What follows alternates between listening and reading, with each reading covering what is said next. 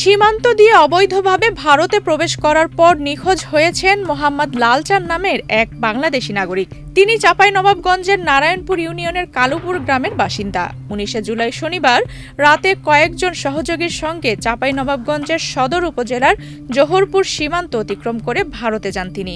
তবে অন্যরা ফিরে এলেও লালচাঁদ আর ফিরে আসেননি।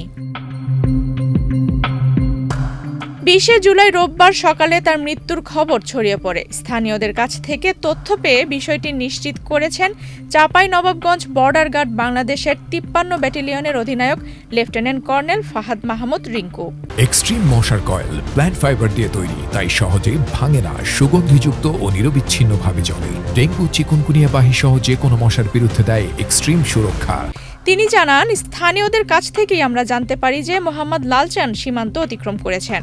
এরপর থেকেই তার আর কোনো খোঁজ পাওয়া যাচ্ছে না। বিষয়টি নিয়ে ভারতীয় সীমান্তরক্ষী বাহিনী বিএসএফ এর সঙ্গে যোগাযোগের চেষ্টা চলছে।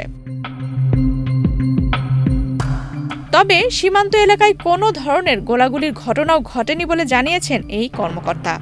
লেফটেন্যান্ট কর্নেল ফাহাদ মাহমুদ বলেন, শনিবার রাতে জোহরপুর সীমান্তে বিজিবির টহল দল কোনো গুলির শব্দ শুনেনি, তাই এখন পর্যন্ত তার মৃত্যুর বিষয়টিও নিশ্চিত হওয়ার কোনো সুযোগ নেই।